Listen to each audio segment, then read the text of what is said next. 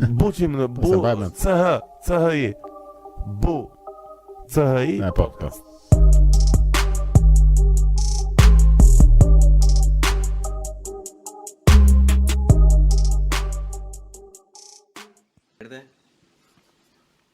Misi gjeta. Ç'kemi si je? Mirë, faleminderit. Si po të shkojnë punët, si po kalon Kosovë? Mirë, nuk është keq. Nuk është keq? A keni ndonjë Nuk është çfarë? keq. Është shumë nxehtë. Është shumë nxehtë. Po shifsha disa lajme kështu edicione informative që po e përshkruanin edhe në Shqipëri edhe në Kosovë përshkruajnë në të njëjtën mënyrë, është shumë vap. Shumë njerëz kërkojnë ndihmë, domethënë edhe megjithëse ka disa vite që bën njësoj vap, duket që njerëzit akoma nuk janë mësuar me faktin se kjo është realiteti i ri që duhet ta pranojmë, le të themi. Ose po bëhet më nxehtë ose njerëzit e kanë imunitetin më të dobët. Se mund të ketë qenë që edhe nxehtësia ka qenë e njëjtë. Jo, që nuk bëva ki, allaj për zotin edhe ajo mund tjetë se njerëzit kanë edhe 101 halle. Megjithëse edhe 101 halle kanë pas dhe më përpara, kështu që. Nëse se cili qahet për atë vetë, kur është ftohtë thonë bo është shumë ftohtë nuk rihet, kur është nxehtë është shumë nxehtë nuk rihet, kështu që. Më nipesh me nxehtë se me ftohtë. Normalisht. Unë kam në fakt, me thënë drejtën, më mirë është ftohtë sepse kur është ftohtë e ke parasysh edhe mbulohesh, mbështillesh edhe zë ngrohtë, kurse kur është vap thjesht nuk e çfarë bën. You just give up. Shkemi si po të shkojmë punët? Mirë, kryesisht mirë, nuk është keq. Tu lëvizja në egni. Po.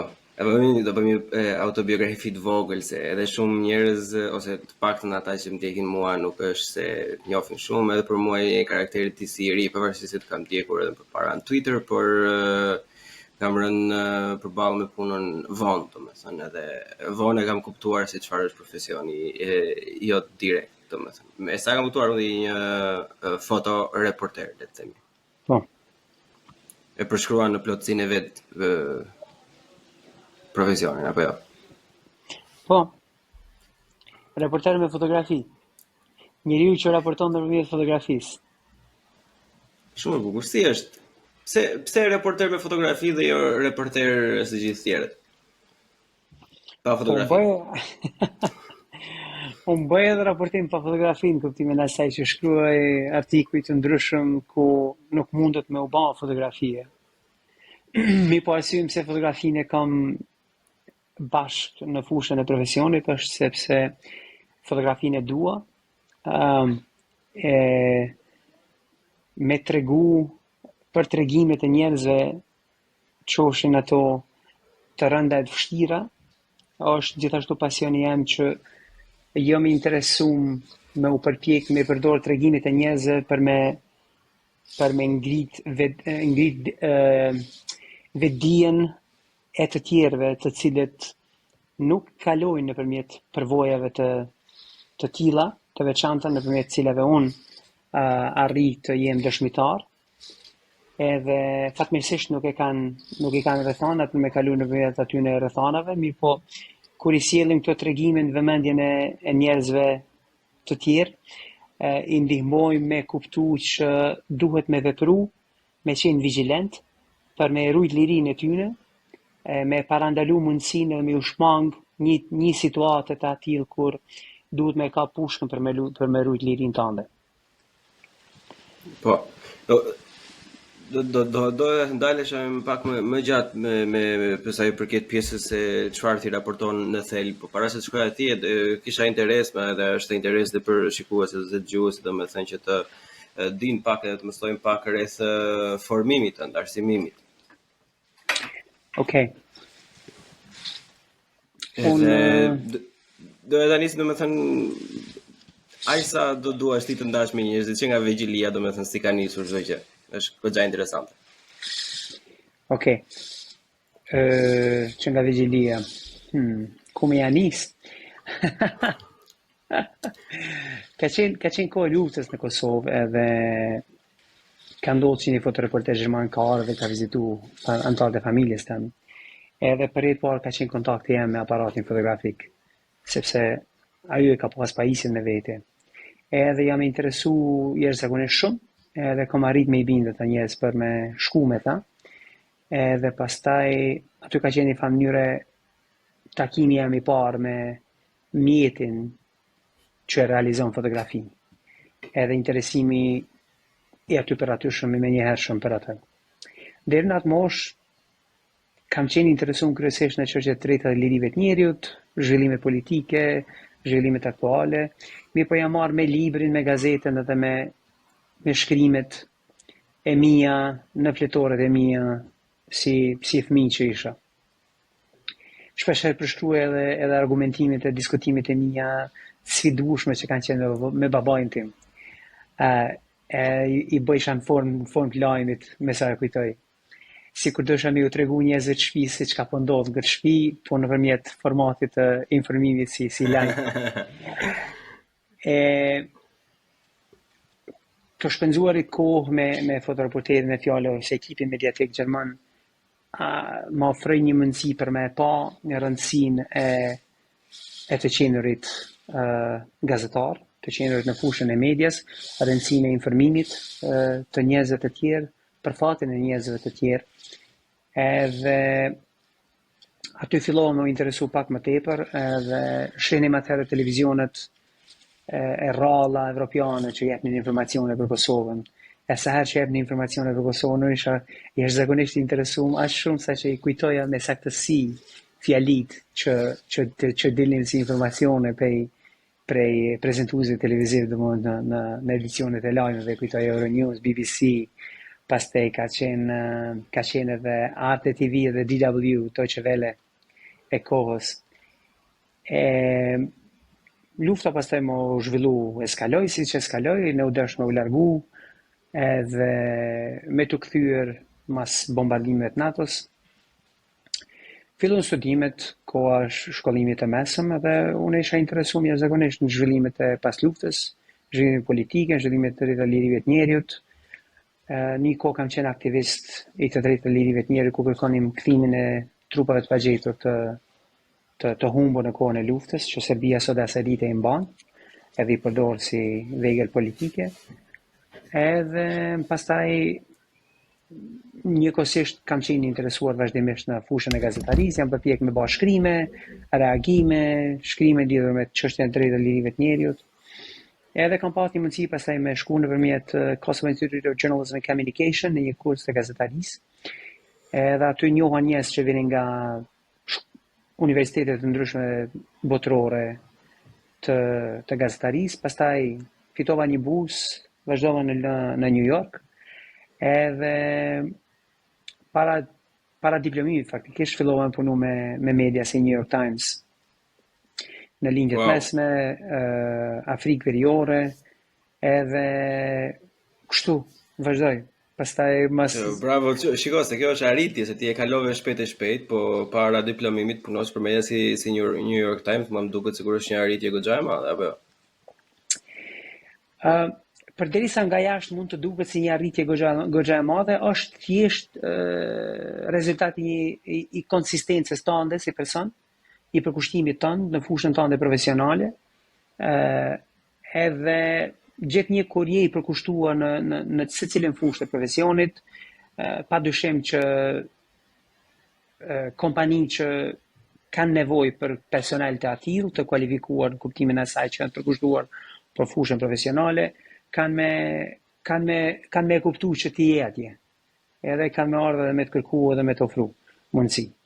Tashti ideja e të qenurit I kërkuar nuk është e njanshme, është kuptohet, nuk është se New York Times e kërkoi Vudin, a kupton, Vudi e kërkoi gjithashtu New York Times.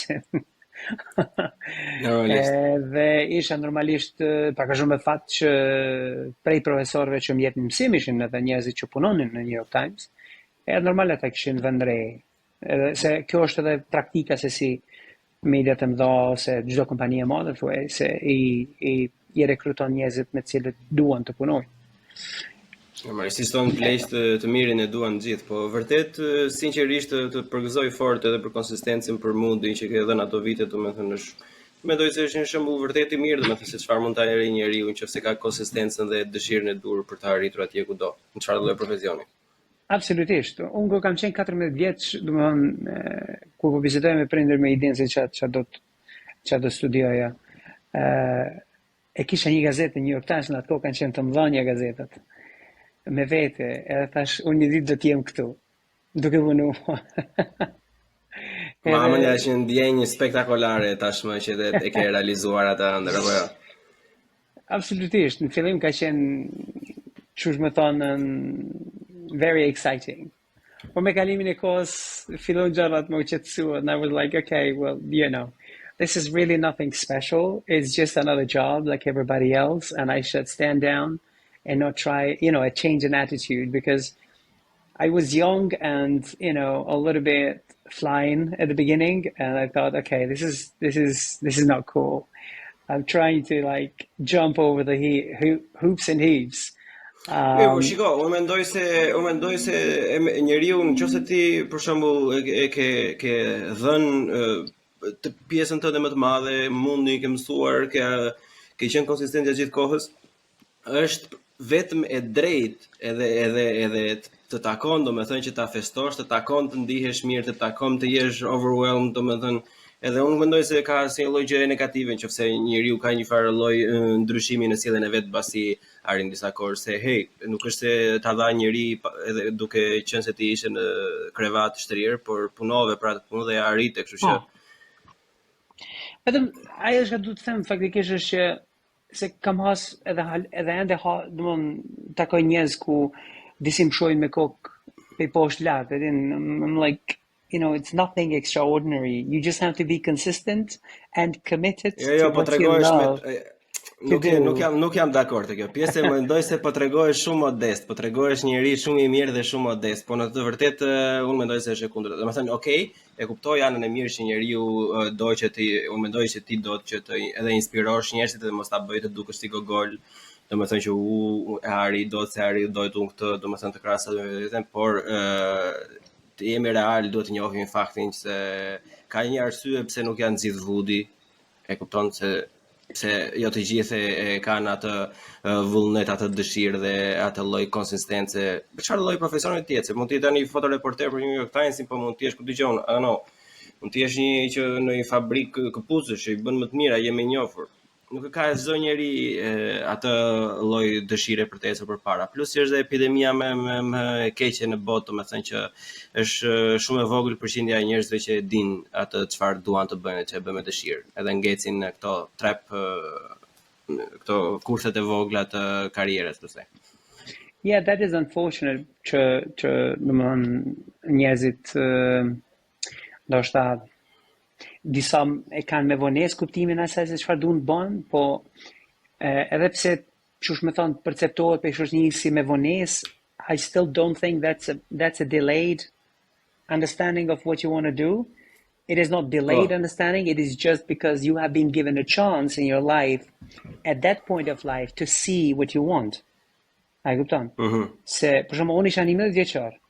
Mirë po, deri në ditën kur fotoreporteri gjerman erdhi në shtëpinë time, nuk kam di se fotokamera ekziston. Do you understand? So I came across. Duhet të jesh, domethënë, duhet të jesh I vëmendshëm në kohën e dur, në vendin e dur. So I came across and that just stumbled, I was like, wow, what is this? I want to know. And then I want to know more, and then I want to know more, and I was like, okay, so it consists with writing. Well, I am a writer, so it works. Po përputhen gjërat me. Shiko, ndaj disa eksperjenca me to, se përmendoj që ke qenë në Afrikë, në Afganistan, domethënë në vende të tjera. I mban mend të gjitha vendet ku ke qenë? But if you mention names, then I can say yes, I have been there, or I have not been there. Në Afganistan ke qenë? Po. E bëjmë një quiz të vogël. Afganistan po, Irak. Po. Siri. Po. Turqi. Siria ka qenë, mund të them në karrierën time, vendi që kam ndjetur më së gjati, edhe vendi që kam përjetuar më së rëndi, si kuptimin personal. Kam humbur 3 shok, kam pas diku rreth 5 herë jam bombarduar, për fat mirë kam shpëtu. edhe dy herë kam qenë subjekti I rrëmbimeve. And a few other things which I still don't want to talk publicly about, but yeah. So, nga këto gjëra që kanë kaq të këqija, domethënë kaq horrible, ke ndonjë histori specifike që je I lirshëm ta dash?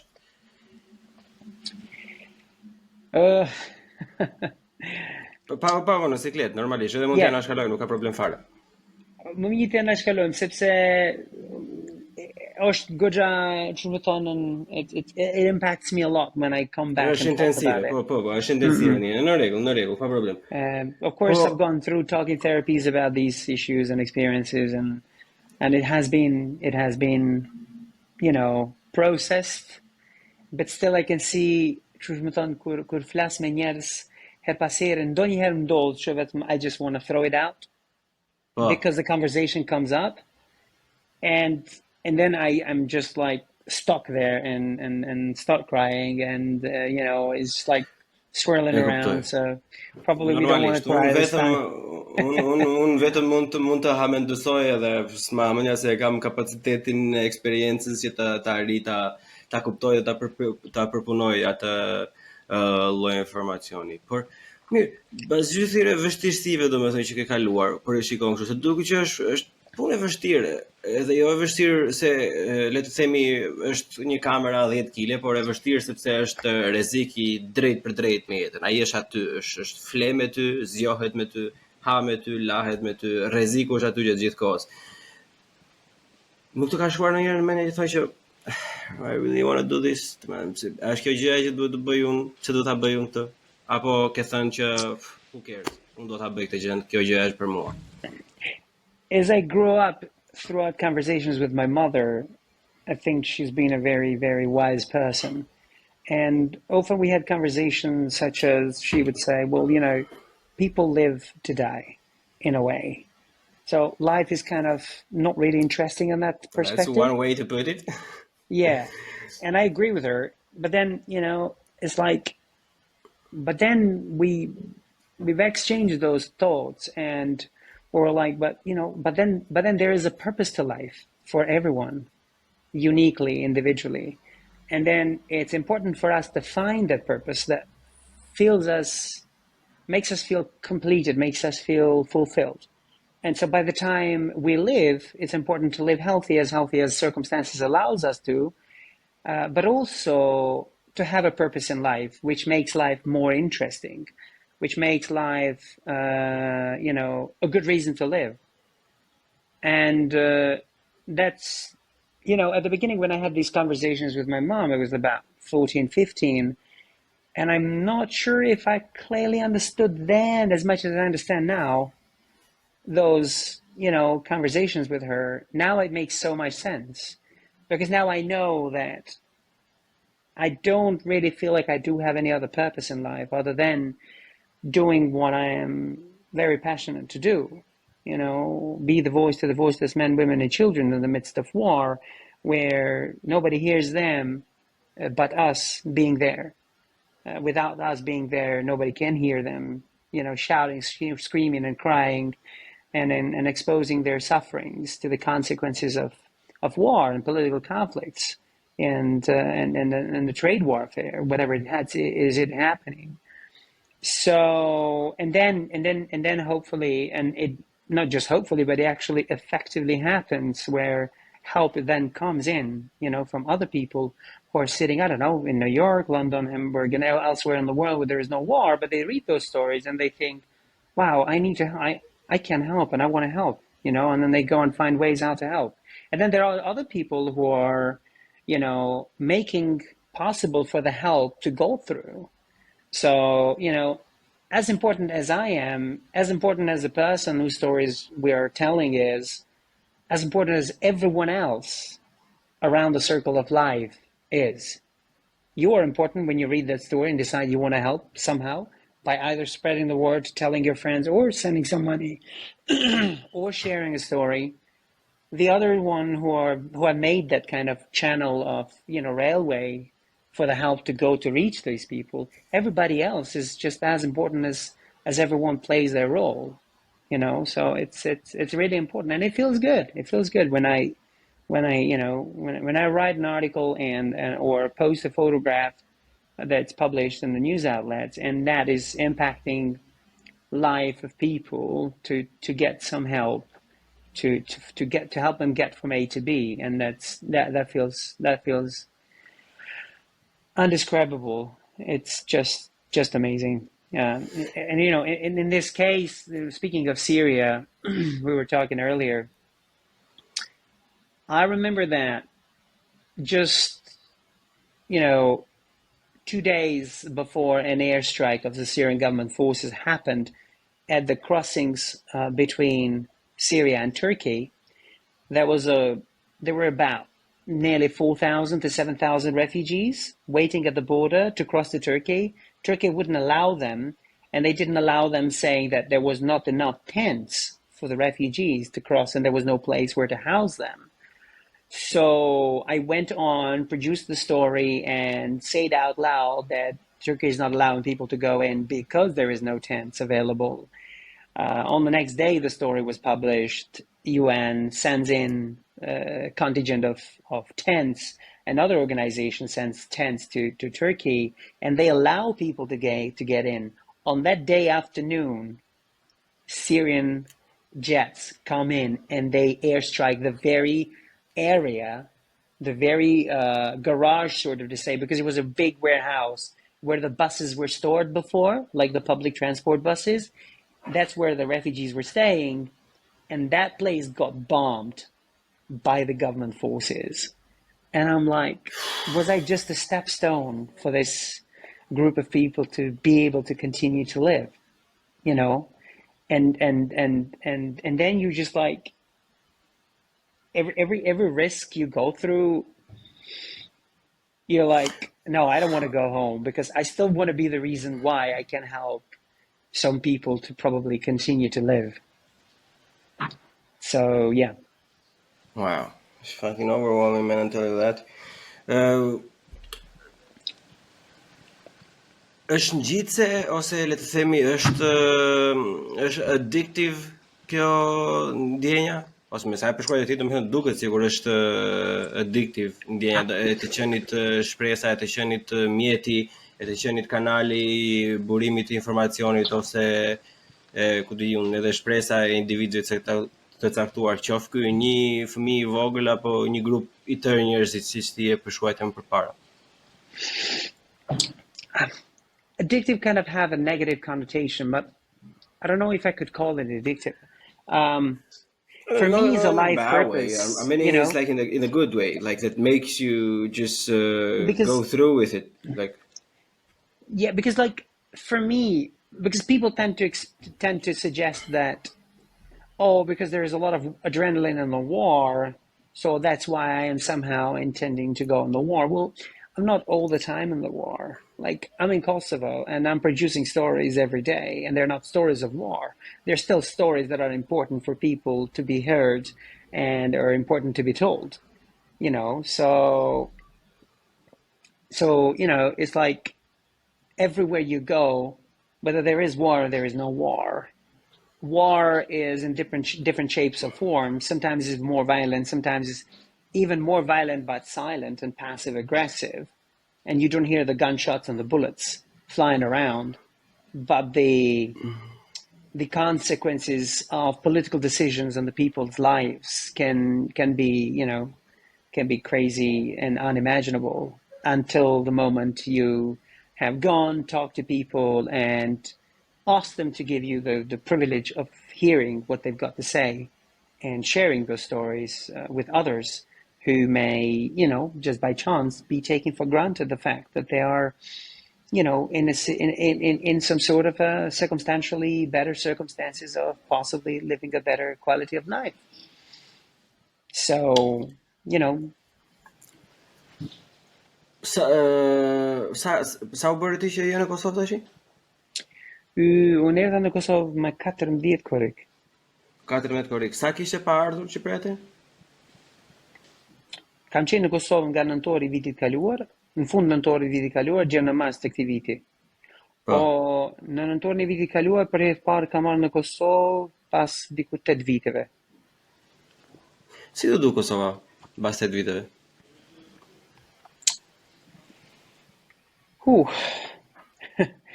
Plain. Hard. Plain. Better than I left. Better than when I left, of course. I could see young people are a little bit more advanced with their way of thinking, are more independent, and that's great. I can see that they unfortunately don't have much opportunities. That's because of the isolation, and that's because of the 20 years rule of organized crime in the country. It has devastated pretty much every core of society, and educational quality and healthcare support and all, service and all that are not really at place. And that comes consequences with that. And it's 2 decades consequences that are still hitting the very face of the people that are living here. So, it's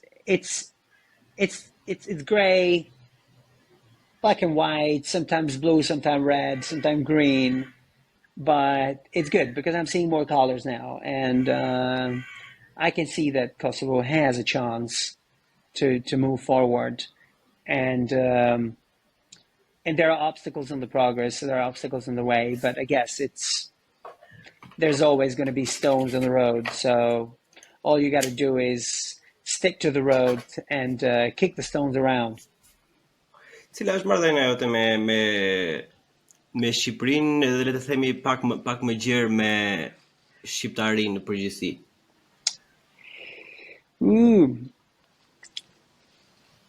Mund të them që për kur kam fillu me punu si fotoreporter, jam goxha shumë i zhveshur nga ajo që është, qush me thonën, veshja etnike, me idenë e shqiptarizmit, po gjithsesi tash po e vërej që edhe pse ende po ndihem i huaj, edhe këtu edhe atje edhe kudo që po shkoj, s'di që them, I still care for what's the basic, is like the human right. Po nga 1/10 sa shqiptar ndihesh? Let me make it a bit funny. Unë nuk mund të them që ndihem apo nuk ndihem shqiptar, unë jam shqiptar. I can't get away from that. That's the right answer. Do you want to get away from it? No, I have no reason why should I get away from it. I mean, Albanian culture is beautiful as it is, and it's very rich history and very rich culture, and it's amazing. I have nothing, to be concerned about that. It's just that because I have seen so much of the world, and often people that I met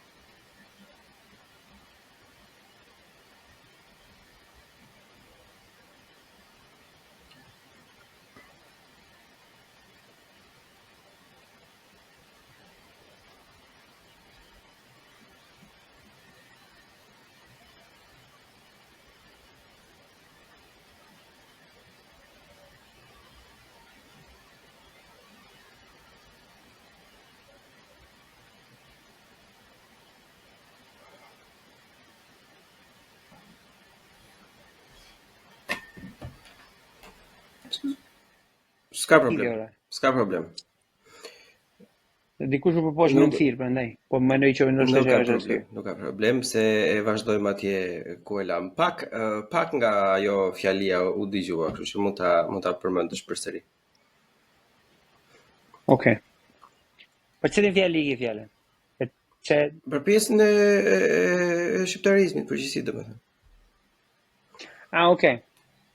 Do të thonë arsyeja pse ndjem pak më shumë I zhveshur nga të qenurit ose jo shqiptar. You know, when people ask me where am I from, I'm like, who do I identify with? I often say to them, I'm a person with his choices and abilities. I'm a human being that just happened by chance to be born in Kosovo in a family that speaks Albanian and that say that they are Albanians and that have traditions and customs of being Albanian. You know, and they taught me this language, which I dearly love because it's my first language that I started speaking to, you know. But now my brain thinks English, and that is because over the last 16 years at least, I've been reading, writing, and speaking English. And my brain is just, you know, got used to it, exactly the same as it got used to it when I was 0 years and came into this world, into speaking Albanian, hearing other people speaking Albanian, learning the alphabet of Albanian, reading and writing in Albanian. You understand? Ajo është problem edhe me emigrant, domethënë që kanë pak vite jashtë, ajo është një problem që edhe për mua për shembull më prek, mbase e unë një shkallë të madhe, por përsëri më prek, domethënë janë shumë gjëra, sidomos për sa I përket profesionit tim, janë gjëra që unë nuk kam aftësinë të shpreh as në anglisht, as në shqip, por vetëm në gjermanisht, sepse ajo ka qenë situata ashtu nga ka sjell, domethënë. Këto janë gjëra normale, unë e kuptoj. Po duke kështu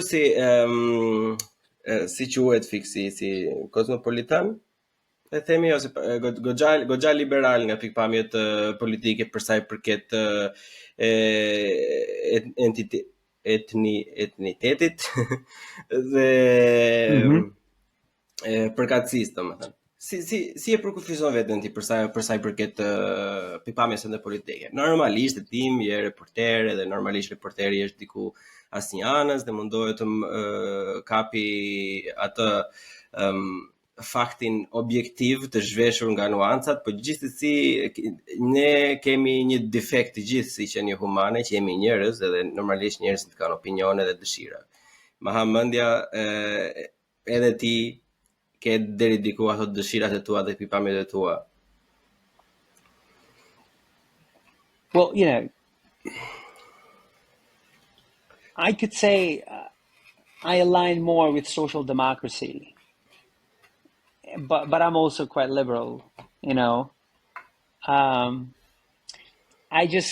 don't know. I just wish that each and every human being that lives on this earth had the opportunity to have a decent housing for what they want, had the opportunity to have a decent quality of living, as in like find the work they love to do and get well paid for it, not just paid to survive, not just paid in a life and forced in the lifestyle of live to work and work to pay bills, but get paid properly. And so, you know, if they want to have a weekend in Paris with their friends, they can afford to have it. They don't have to think how much does it cost. Yeah, what about the input though? What about like the people who actually do have those opportunities that you speak of and that I wished for myself when I was a teen also, but then they do not use them and they degrade on something worse than that? Well, you know, if they do not use it, they do not use it. It's a matter of their choice, and that's fine. You understand? You know, as far as I'm concerned, I can't afford to go for a weekend in Paris or New York, right? But I make choices. I have to make choices in life. And then I say, well, you know, for me, more important is now to focus on this particular story that I've come across and that this particular individual or family have given me the privilege of the right to go and hear their story and share it with the world. So, you know, it's what makes my life purposeful, what makes my life joyful to live, against going for a weekend in Paris. Of course, if circumstances allows me to, and I have a group of friends that I wish to share time and spend time with, then and so then I will go and join them. But I will not go for a weekend in Paris just because. You know what I mean? Because you can. Yeah, right.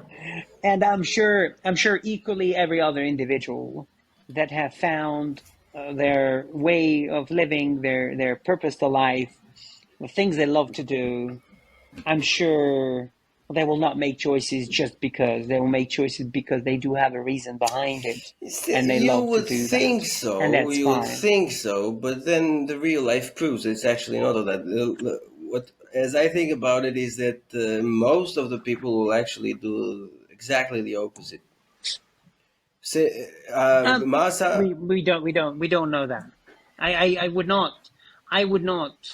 would recommend against idea of commenting on whether other people make the right choices or not. It's as much as they may seem wrong in our view. People have the reason why they do whatever they do, whether be it the moment of the circumstance that may have led them to do X, Y, Z, or it could be the lifetime journey that shaped their personality and their character to become who they felt like they wished to be. As much as I love journalism, as much as I love photography, you see, my choice is not to become a commercial photographer or travel photojournalist who will be writing about travel stories, about tourism, about, I don't know, beaches and entertainment and recreation and so on and so forth. I have chosen a specific path to pay.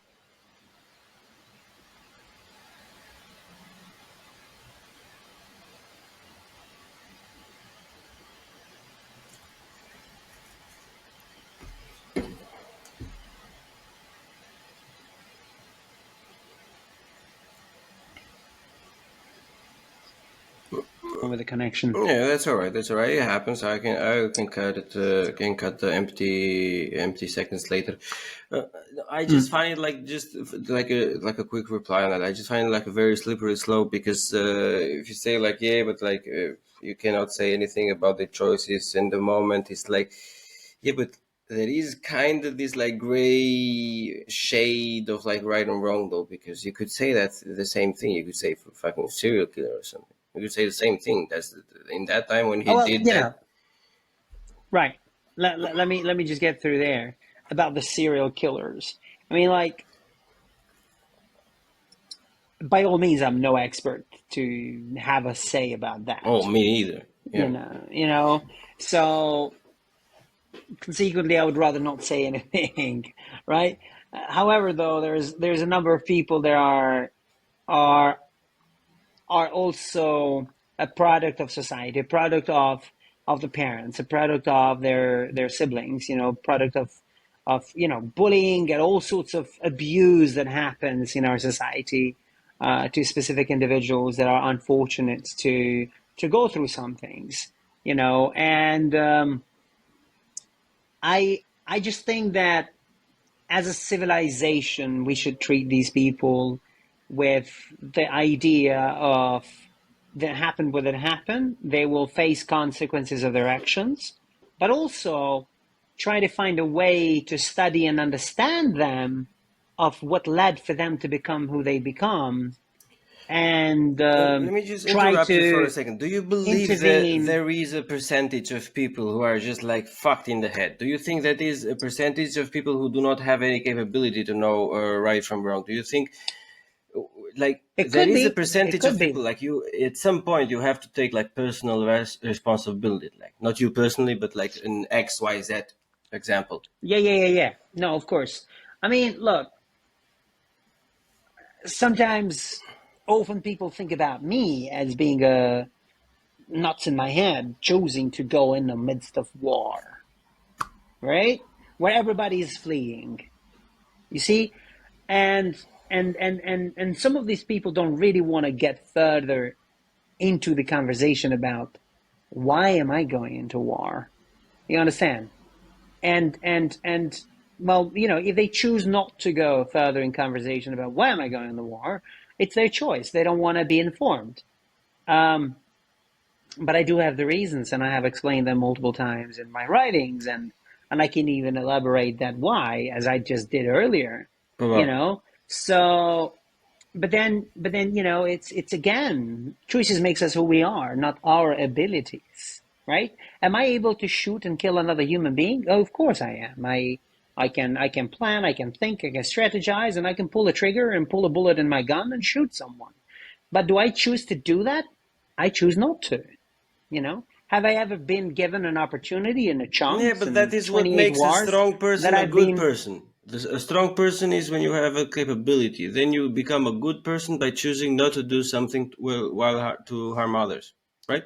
True, but then again, there are people who then may be forced circumstantially to pull a gun. You understand? Papa. For example, if you take the example of what led for the war to happen in Kosovo, it was nearly a decade of suppression and oppression coming from the regime in Serbia towards ethnic Albanians, until the day when Serbian police forces started shooting at the protesters that were taken to the streets peacefully to protest.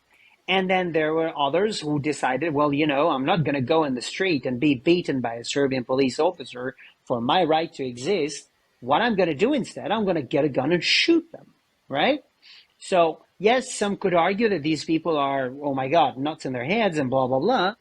But when you analyze what led to those circumstances for these people to be thinking this way, you can understand that, hang on a second, somebody pushed things way too beyond the borders, and some others were deciding that, well, it looks like there is no other way. And because we're trying peacefully, it's not working. The international diplomacy is trying, it's not working. So, you know, we got to pull the guns and defend ourselves against the aggressor. So that's the situation. And as much as it can be seen reasonable in the bigger scale, it could be the situation similarly also in the smaller scale. What could lead there? People could just have no ability to think otherwise how to resolve the problems. The nerve-wracking system of somebody oppressing you in a way that they shouldn't, you know, it can just lead someone to think on a particular moment, okay, the shortcut solution is pull the trigger of the gun in the head of this guy or girl. And they do it, and it's terrible, and it's not acceptable. But these people do it, and they do mistakes. And yes, they should face with consequences of their actions. However, they should also be studied with what led for them to happen to be there, to come at that point.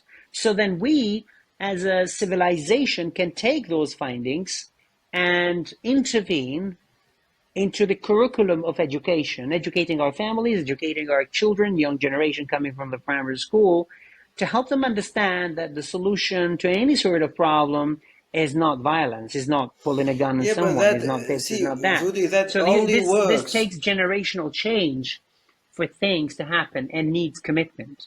See, but that only works in a society that is functioning, that is well functioning. That will only work in France, it will only work in Germany, in the US. That wouldn't work in countries like Serbia or Greece or Turkey. That wouldn't work It would. But it didn't work with Kosovo, it didn't work with Bosnia, it didn't work with any of these examples. Well, the problem with Serbia is that it adheres and aligns with a fascist ideology. Exactly. And that's a problem. And that fascist ideology is also bringing to light consequences for the Serbian people itself. I mean, lately we've seen gunshots of young Serbs trying to pull the guns on the people that they thought that they could resolve the problem by pulling a trigger on them. And eventually, you know, this kind of mindset, this kind of culture will eventually come and hit you back. So the earlier one society or nation intervenes to resolve that problem, the better it is. And the delayed that it comes, the worse it will be. You understand? So that's, you know, for example, like you have Kosovo, young Kosovars mainly willing to leave Kosovo still at this time as we speak. And that is because although things have changed in Kosovo or have started to change for good, the avalanche of the small little ball that started in 1999 following the end of the war, with warlords taking over the power and basically looting the country, to the devastation of the nothingness as it is for 2 decades, is still ongoing. The consequences of 20 years' actions is still happening. So it's very difficult. But in a way, these people will eventually come back, I'm very sure, because I also left 8 years ago for good Kosovo, and I thought I would never come back. But now I think, I should come back. I can see that the experience, the knowledge that I gathered through experience is absolutely important to come back and share at home with others who might be interested in the same profession that I have, and try to do better, try to do good for the interest of this country, for the interest of society, and people are picking up, and then that's really, really good. And it is important. And I'm thinking to come back. I'm not thinking to be based elsewhere. I don't know when, how soon am I going to be sitting, but obviously I'm now seeking more and more assignments to come back in Kosovo and report. And let's just hold it there. Let's just hold it in Kosovo. How are your feelings about what is happening just now in Kosovo? Well, I don't know if I can measure it with the feelings. I just think that it's what's happening. Well, Serbia has continued to act on aggression of constitutional order in Kosovo and territorial integrity. And unfortunately, the United States, led by Secretary Blinken and Escobar and Christopher Hill, ambassador in Belgrade, and Jeff Ovenier, ambassador in Pristina, are pursuing a path to what they see as interest of the foreign affairs of the United States of America. That's great. They're trying to detach Serbia from Russia, which, in my view, it will never happen. And it's not just a choice of words. It's substantially well fulfilled why it will never happen. But they're trying to do it at the expense of the Republic of Kosovo. It's like a and that sacrifice, is not acceptable. Yeah, well, this is not a sacrifice. This is because, sacrificing is if we owe something to somebody, in a way. So we owe nothing to nobody, okay? We have this republic, we have to defend it, we have to have it. And there is no reason whatsoever in any given shape or form to be given up into the, helping the United States of America to appease an autocratic regime of Alexander Vučić, who is a former information minister of Milosevic regime that's been murdering civilians all over the Balkans for a decade, is responsible for death of nearly 250,000 people. And it has still the same mindset. No, the answer is no. Are we friends? Yes, we are friends, but we have the right to disagree to that. Are we, though? And, Are we friends with the Serbs, or did you mean the U.S. now? I mean the U.S. I mean the Western. Of course. We can be friends with Serbs as in individual human beings, of course, because there are many Serbs who are reasonable human beings that understand that what their state have done over the last 10 years, well, 20 years, but 10 years in the decades of the rule of Milosevic is absolutely wrong. And they've had the courage to and the strength to stand up to the regime and say, this is wrong, we should stop doing this, and you cannot do this in our name. But unfortunately, that's a tiny minority of people who I was just about to say they are very difficult to find, those kind of people. Unfortunately, they are, and unfortunately, there is a majority of people who support the regime. But again, they support the regime because of the consequences of propaganda the regime has managed to fund. The regime is totally criminal, as an investigation of the New York Times have shown on a latest report about Alexander Vučić. So, it's, yes, I stand by the leadership of the Republic of Kosovo when they say no to the United States of America or to anybody else that is demanding to appease and try to detach Serbia from Russia on behalf at the expense of the Republic of Kosovo. What's your opinion on Kurti? We have paid him. Would you say again? What is your opinion on Kurti? Without gloves. I don't have any opinion as in for him as a person. What I know is... No, as a person, Kosovo as a politician. Of course it's not as a person. Well, as a politician, Kosovo is fortunate enough to have a politician that has integrity, as a politician, and also integrity as a person. And when I'm saying integrity as a politician, he's a knowledgeable politician, which is very rare in the history of ethnic Albanians in the region to have a smart politician. That's a fact. In the top of the government. And amazingly enough, that has just, the fate have it, brought also Vjosa Osmani to be the president of the country, who is also very knowledgeable individual and politician. And both these two people have integrity as people because they're not corrupt. If they were corrupt, the coercive U.S. diplomacy, as much as I know it very well over the last 16 years of reporting on the ground, and I know how they operate, they would have taken them down a long time ago. But they can't because there's no levers there. They are not corruptible and they're not corrupt. And two, their strength and courage comes from their knowledge and their commitment into understanding what is their job description. Their job description is to defend the Republic of Kosovo and the people's interest who voted for them. So that's it. They're doing it. And I am very, very, to be honest, I'm very proud for the first time very good of the country Kosovo to see that, yes, we do have a leadership that do defend our interests when it comes to foreign affairs issues. When it comes to national issues within the country, I have my own, of course, criticism about healthcare. I have my own criticism about the quality of education. There's probably a lot more problems inside the country. But I also understand that the energy of the government or the leadership is mainly being taken now from those negotiations with Belgrade and the whole troubles that Belgrade is creating and instigating within Kosovo by conducting and committing to territorial aggression and constitutional aggression, with, of course, appeasement from the European Union and diplomats of the United States who are not elected officials. They're employed, hired officials. They're not elected officials of the United States of America. Some would say by the help of the Albanian prime minister also lately. By the help of Albanian prime minister. Edi Rama, he's a scandal on its own way, on its very own unique way. Please do explain. I mean, you can't. Albania is in no way in position to play the so-called neutral pair in this situation of political tensions in the region.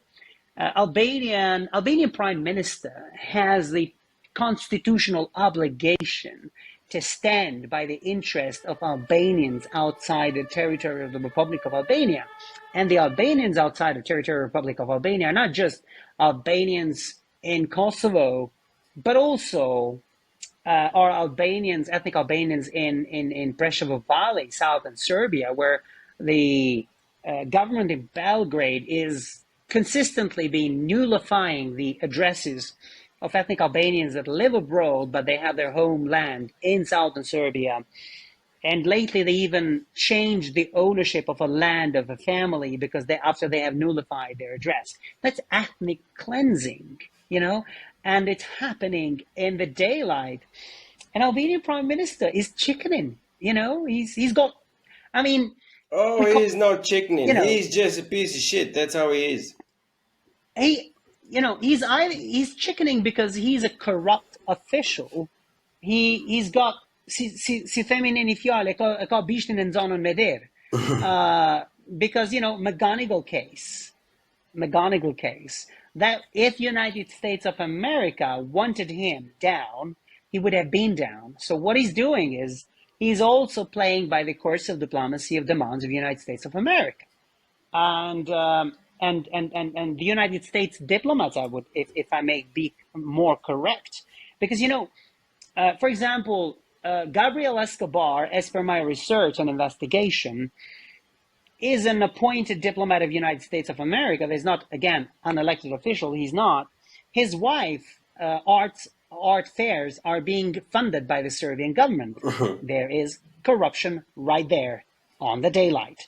Hence why you repeatedly hear Gabriel Escobar saying, oh, we need an alternative government to Kurti. Kurti cannot hold hostage Kosovo. Excuse me, but Kurti has won 51% of the electorate. What are you talking about? Are you trying to organize a coup d'etat on a prime minister that is democratically elected by the people of the country? Or what is it you're indicating here? Well, it's Gabriel just like them. Escobar's That's how they operate. family. Yep. There is also the Department of Justice of Foreign Agents Report records, which suggest that the family related individual of Gabriel Escobar, who owns LLC McGuinness Lotsbridge, are contracted with Milorad Dodik of Bosnia and Herzegovina to lobby on their behalf in DC. Things are quite deep there. Interestingly enough, on my research about Secretary Blinken, it turns out he's the owner of a multi-million-dollar hedge fund. And he's a Secretary of State for Foreign Affairs.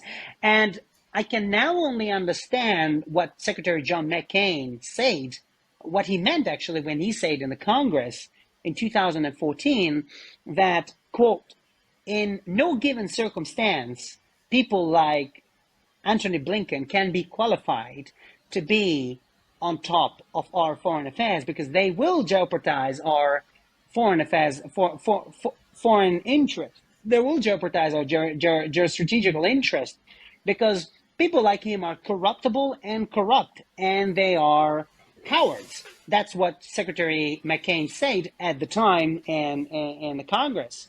And I thought, well, what does he mean? And then I found out, well, hang on a second. Blinken is owner of multi-million-dollar hedge fund? You can corrupt these people so easy. Just put investment in their hedge fund. That's it. It's over to you. Isn't that the very fate of every empire whichever existed in this earth? Well, yeah. I mean, many empires fell. Many empires are going to fall. Do you think the US will fall? It might. I mean, since Trump administration is on its way down, and that is because of the double standards they constantly use and the course of diplomacy they constantly use. And will I be happy that they're going to fall? I don't think so. Why? Because there are many other powers ready to take the place of the United States of America. And I would not wish the United States of America to fall. The reason why I would not wish it, because it's still in the principles of democracy. And we still, as humanity, have room to maneuver, have room to ask accountability, have room to hold them accountable. You understand? Meanwhile, if we have, let's say, Russia taking the place of the United States of America to lead the world, we are literally fucked up because you will just be poisoned and die next week. Yeah. Or probably next morning. Same would be with China. You will just be, attacked with those star system that as soon as you violate the law, you will not be entitled to anything anymore to be able to live a quality of living in the society. The saddest of all things. Here is the irony, because we are a nation, we are a people who are rooting for this empire to shine and never fall and blah blah blah, whatever comes with it. And we exactly are the same people who are being sacrificed or traded with for their other interest in case of Serbia or whatever they other have. They're just using as a token of trade. That's how I see it. No, they are trying to do it. They have not managed to do it yet. Okay? So if we resist and we stick to what we want to do, that's it. They're going to change their mind. Are you sure about it? Oh, yeah. I'm damn sure about it. the so-called opposition in Kosovo is just filthily corrupt, and they are being summoned by an ambassador, an unelected official of the United States of America. They are being summoned, and you have also journalists who are obviously corrupt, and editors and so on and so forth, who are also being summoned by the U.S. ambassador in Pristina. So, unfortunately, there's this tiny minority of people who are loud about, hiding, basically enabling Serbia's political discourse in Kosovo, hiding under the cloak of the American flag and saying, oh, we're pro-Americans, blah, blah, blah, and all that bullshit.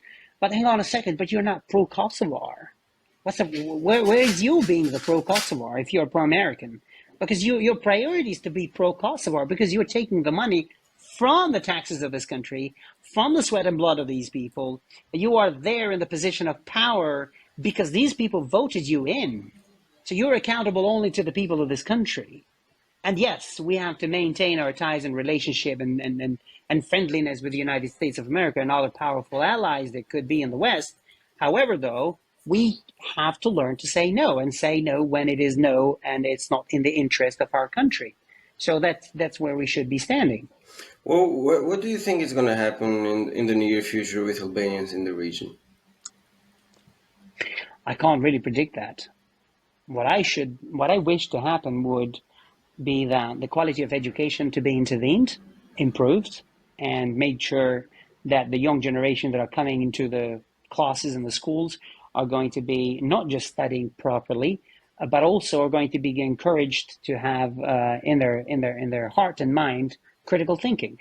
Critical thinking is very important, and in any way you do, however you do with life. So, and I wish that healthcare system would be invested, intervened, and therefore given to the people for free. It's not for free because we pay taxes, so of course that's we paying for it. And hopefully to have a leadership with integrity that will defend our interests when it comes to issues of foreign affairs, and that we will be able to actually have a generation of society that will be able to hold accountable our elected officials if and when they do mistakes, and ask them to fix the trouble that's been there or has been caused by whoever and whatever. So these kind of principled elements are the elements that can guarantee a chance of a country and a society and a nation to progress and improve and get better. Otherwise, I don't know. It can be problematic if we go another way. Okay. These things aside, and Balkan politics aside, what do you think are the three biggest problems of Albanians everywhere? Maybe not only financial, but also like society and mentality or whatever. Well, our biggest problem is our corrupt officials. Our corrupt politicians. We have to kick them out of the power. But don't you think we are corrupt ourselves also, though? Because I feel like the politicians are a very fine mirror of the society and the standards and morals. No. Listen, we are corrupt because we're circumstantially driven to become corrupt. You understand? Yeah. We are corrupt as a society because we're told by media that corruption is okay. Consequently, we don't have a good quality of news reporting. We don't have good quality of media.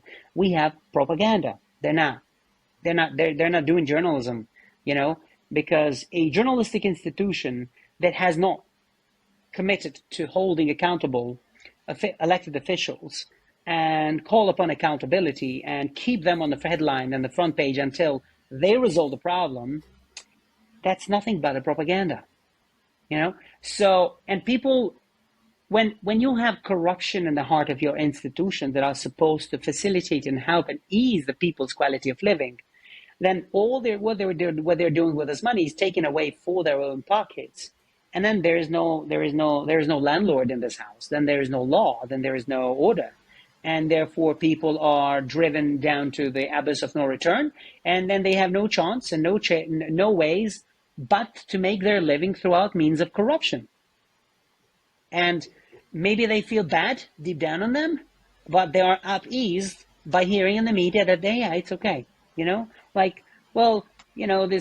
This politician is being found involved in XYZ corruption, but he's still a politician. He's still a member of parliament. He's still a minister. How come the guy who stole the budget of the public is still sitting in the ministerial office? These people should be, prosecuted. They should be suspended immediately with immediate effect and be taken onto investigation and facing the court. And the court should make a decision to have these people face consequences of their actions. That's a criminal act and is not acceptable. And therefore, the media should actually nail them. And therefore, the society will learn the lesson that that is a wrong thing and we should never do, and we should never allow this to happen. And therefore, anybody giving us a chance and an opportunity to be corrupt or corrupt somebody, we should report them. We should, but it takes time until things get to every stone step on its own place. But we got to start somewhere. Okay. However, that's one whatever problem. we are, Two more. it doesn't mean it's bad.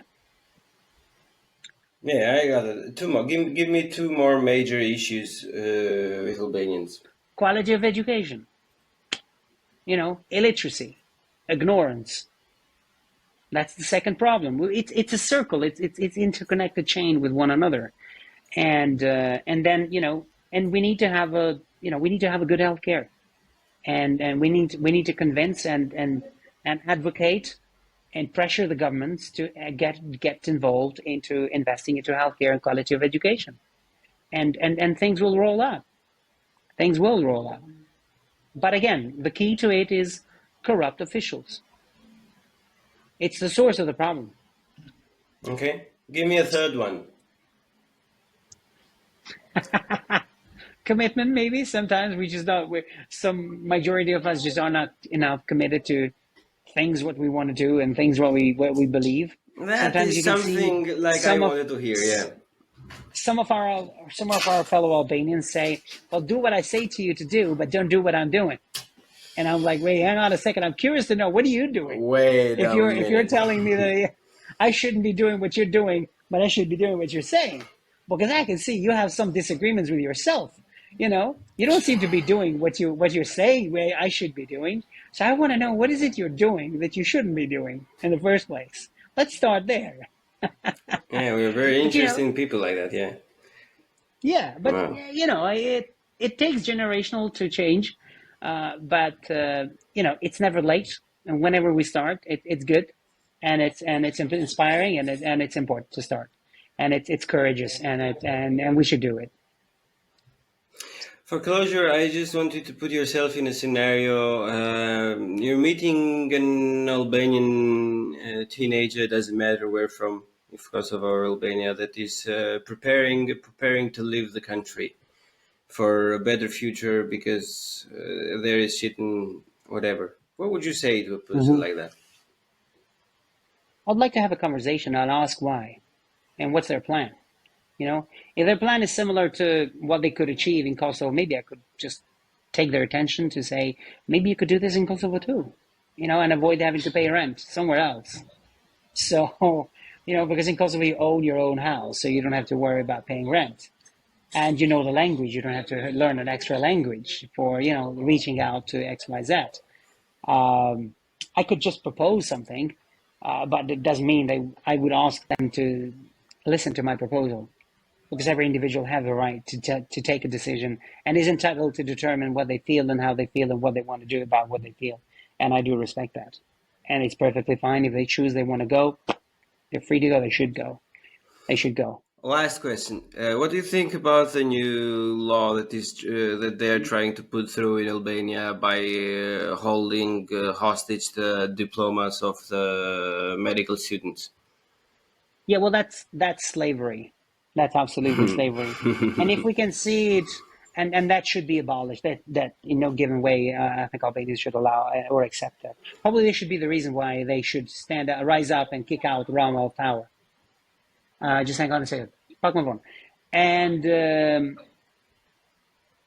yeah, that's just unacceptable, Or probably if some people are arguing that Rama is somehow taken by the throat of the Serbian lobbies, then probably he's doing it to try to devastate the healthcare system from Albanian people, Because if you do such a plan, it's the perfect plan to discourage people to study medicine. Yeah. in the more evil context, you know, like. Wow. So, yeah, and people. I mean, like journalists, media, editors, everybody should speak out about it. Like that is But they're unacceptable. not. That's the problem, though. Everybody seems to be part of this fucking cancer of a mechanism that is trying to They are kill corrupt. every last hope. The answer is they're corrupt. And the corruption is coming from the government palace. That's where the source is. And people, as a sovereign of the country and nation, they should attack the source. You know, you don't resolve the problem of cancer by dropping alcohol in it to try to, you know, heal the wound. You have to chop it off. You have to chop You have it to off. cut it through.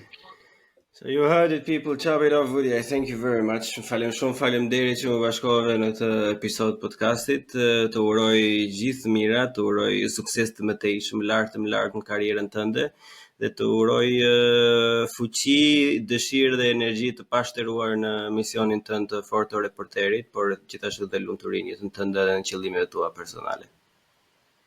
Faleminderit shumë. I wish you the same too. And yeah, it has been amazing talking to you. Thank you so much. Thank you also. Buqim në bu, CHI, bu, CHI, podcast.